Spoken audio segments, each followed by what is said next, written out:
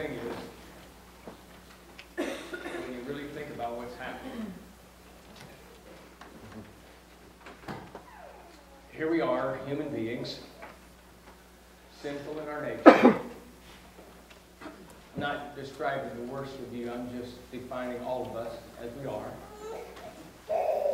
And we're gathering together in God's presence. And we're here to tune in to His Word, sing praises to Him, reflect upon the sacrifice of Jesus, call upon God for help.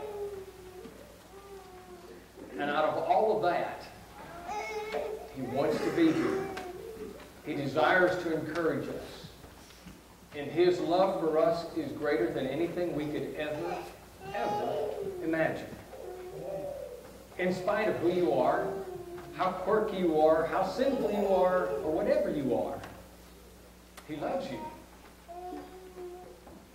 And I look to His Word for encouragement, for a reminder of what I ought to be, and for a challenge to do better, and for help to get there.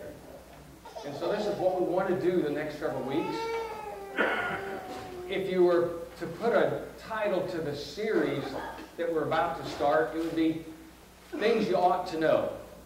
And for the most part, I think these will be verses from the Bible that you ought to know. It might be about characters. I haven't fully decided on that.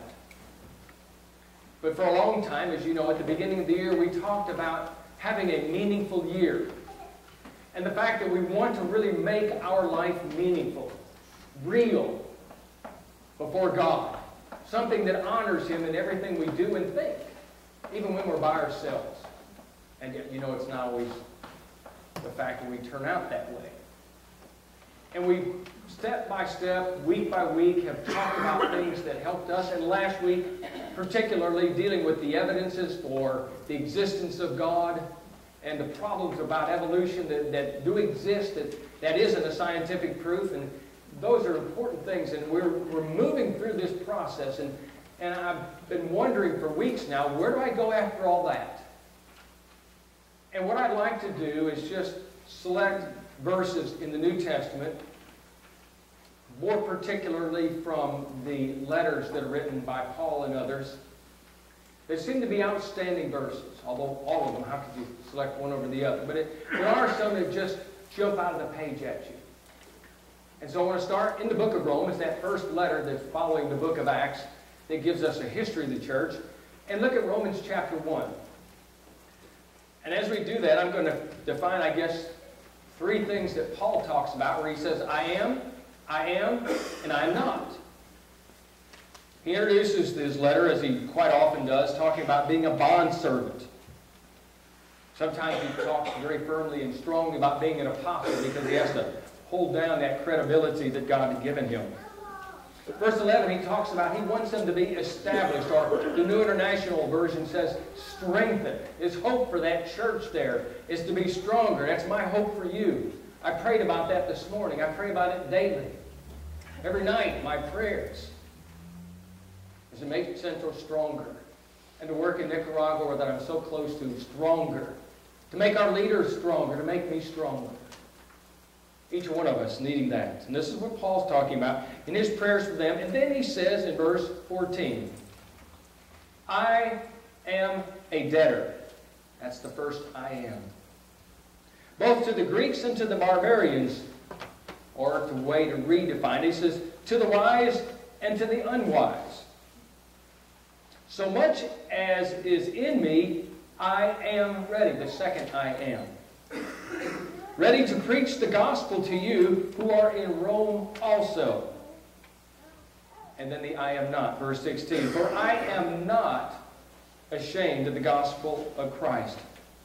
For it is the power of God unto salvation for everyone who believes. For the Jew first, and also to the Greek.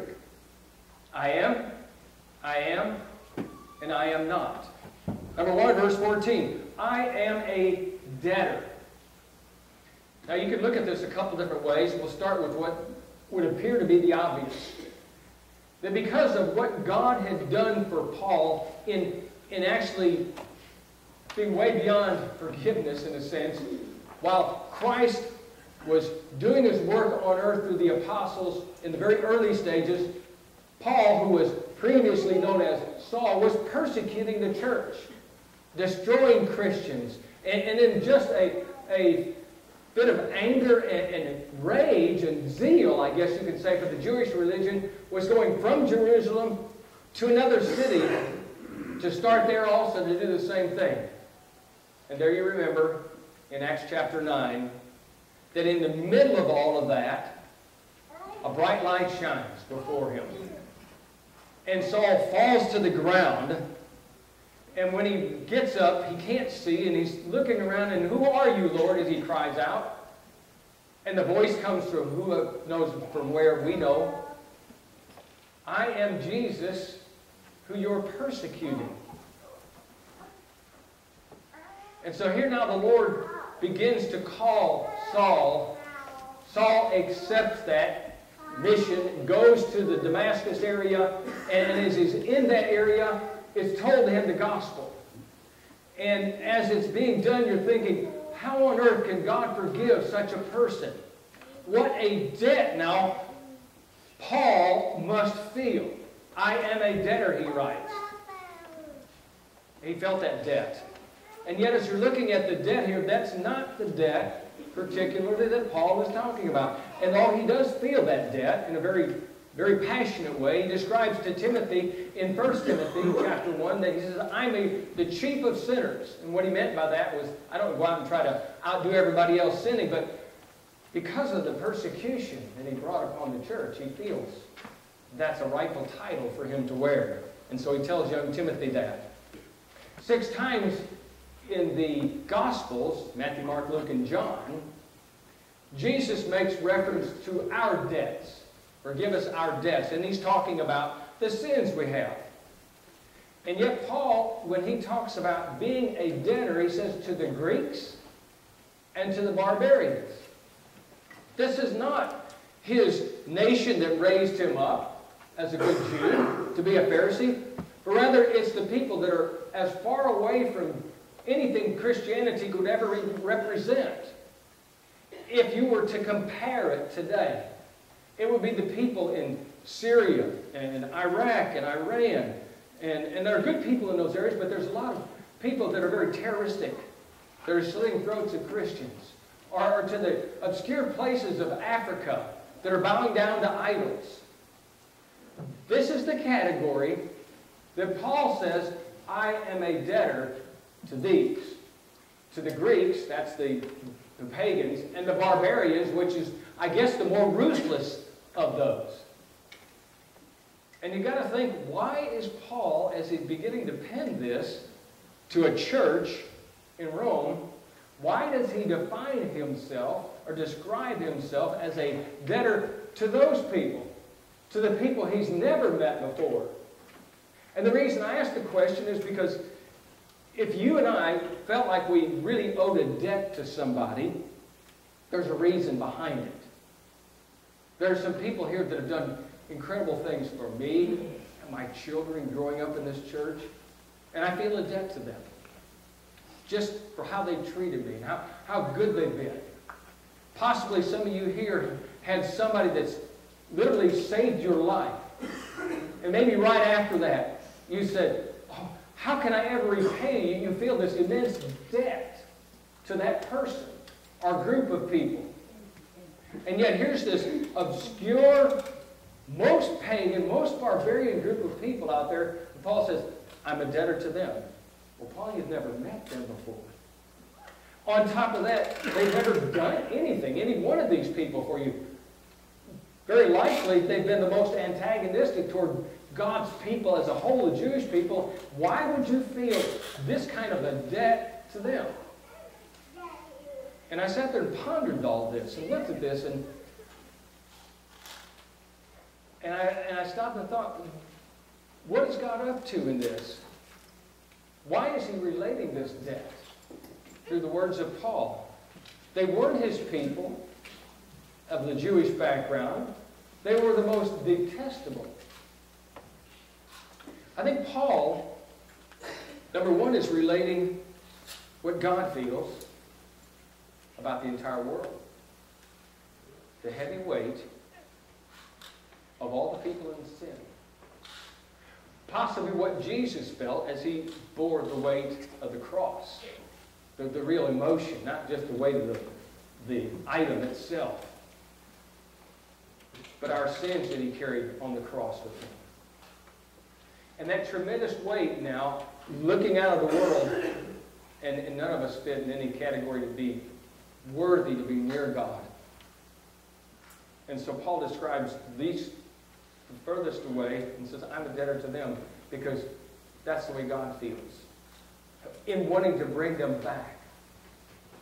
But I think he's also relating that because he knows you and I, in this time period today, and all those who came before and who may come afterwards, if we stop and really look at what's going on and consider what he's saying, we ought to feel the very same debt to all these other obscure people out there that we've never met before, who's never done anything for us, who are the most estranged from God that could be. And we ought to carry that feeling of debt because God carries it, because Paul carried it. I, David Schonhoff, am a debtor to people that have done things for me. But just as much to anybody out there, however far they are from God. And that's what Paul's relating here. He's feeling that way. Out of that comes the next I am in verse 15. So, as much as is in me, I am ready to preach the gospel.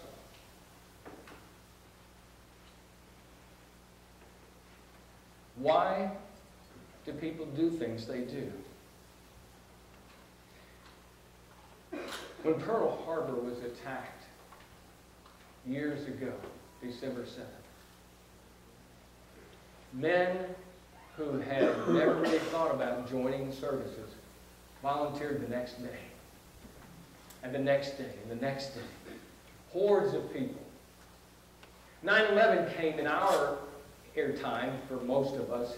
Some of you are a little younger to remember that.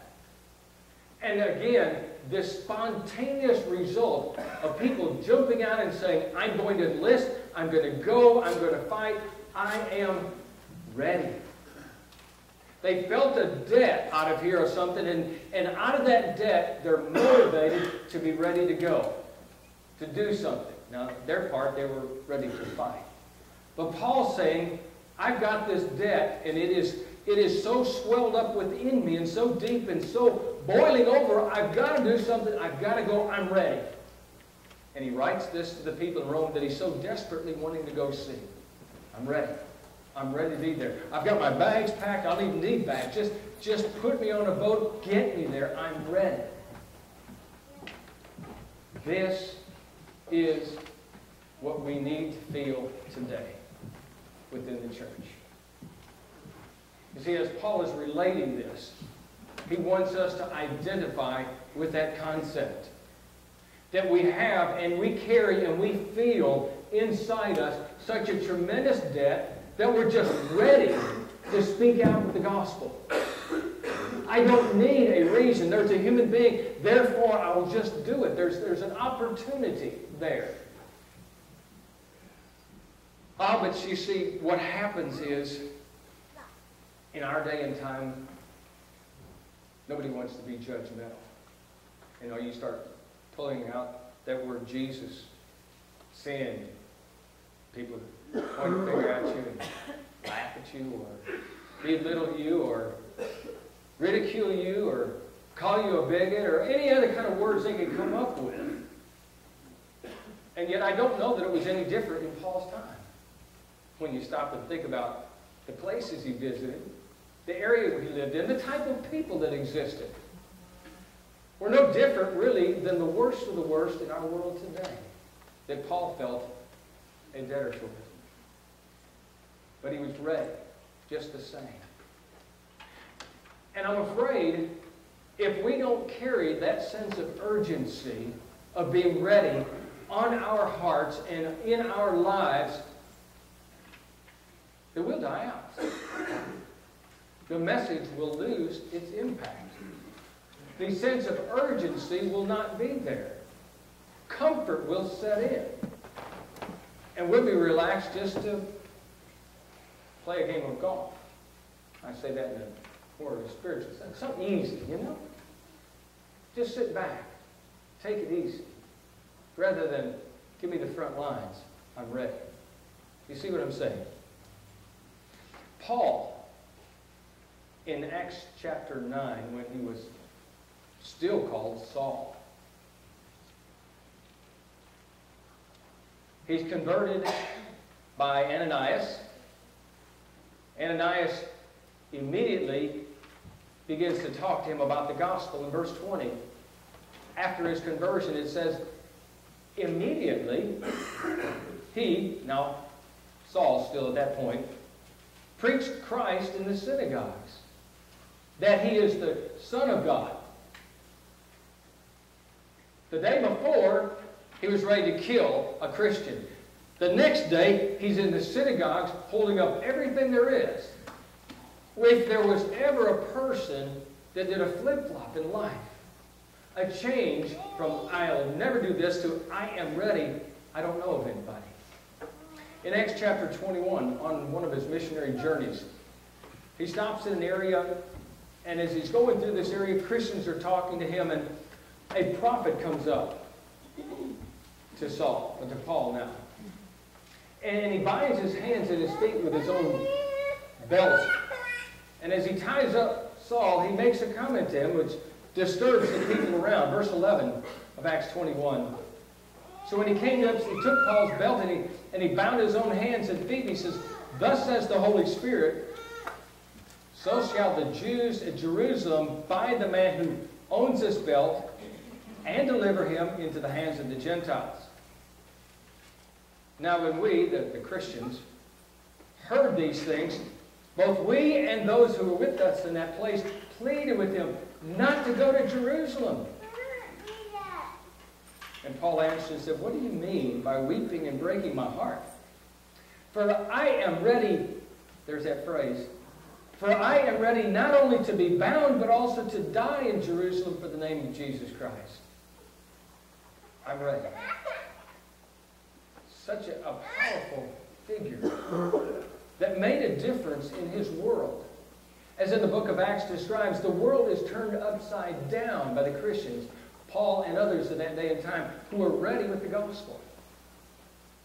Being ready burned in their hearts. It flamed from the messages that they spoke. It was there within their church. And when they dismissed, it wasn't like, wow, let's go eat somewhere. It's like, where can we go? Who can we find? Who can we talk to?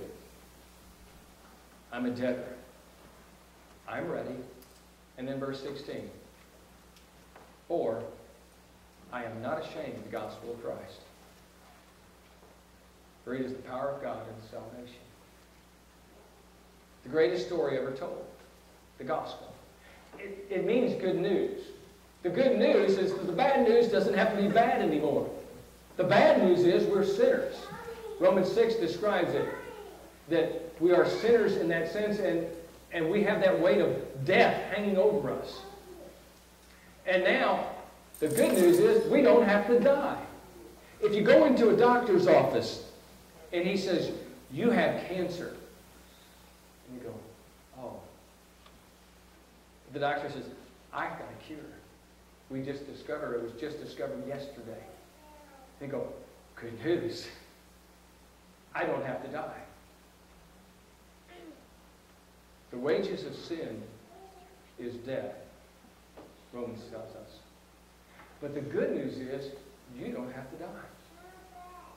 The gift of God, the gift is eternal life.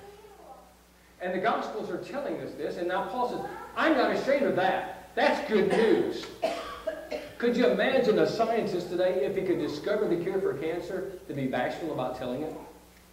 Not wanting to share it because it might disturb somebody. It might cause some doctors to be upset who'd given out the wrong medicines before. And no, you can't imagine that because it's good news. You tell them later. Some people may not want to hear it. A lot of people don't like going to doctors today. Why? Because they don't want to find out that they're really sick. And so they stay home. I feel pretty good. And they're just faking themselves out. But the fact is, all of the world is sick with sin. And the good news that Paul says, I'm not ashamed of that. You're not going to catch me flinching. You're not going to catch me saying, do you mind me telling you about, well, he's just going to come right up with it. Because the world's sick. Just look at the pages of our newspapers. The things that they pretend to praise that God calls disgraceful. And all the other things that are going on in our world. I'm not ashamed, Paul said. It provides a delivery.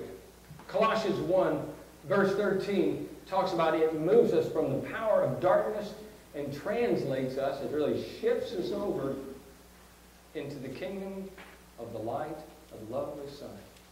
What a change. And you're going to hide that from somebody? And so all these things, you say, what should I know?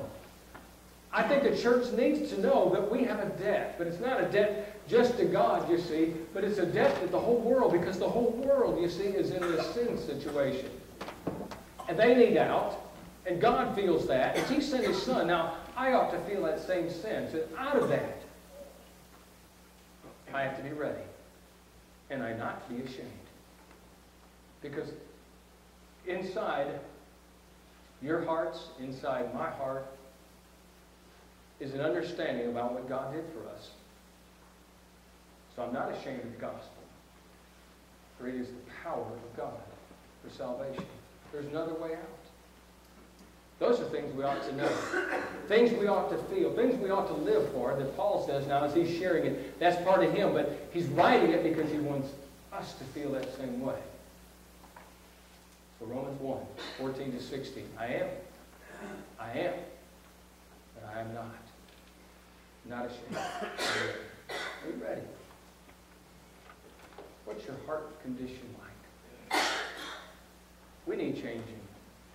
We need strengthening, as Paul writes in the beginning. We need our hearts established stronger, that we can be ready with the message. We need prayers. We need help. But God's there to help us. This morning, as we wrap up the lesson, it's my prayer for you to be stronger, and for me. That I take with a real dose of seriousness what I'm about as a Christian. Just that general term. Forget the preacher thing. Just throw it out the window, please. And just talk about us as human beings and Christians.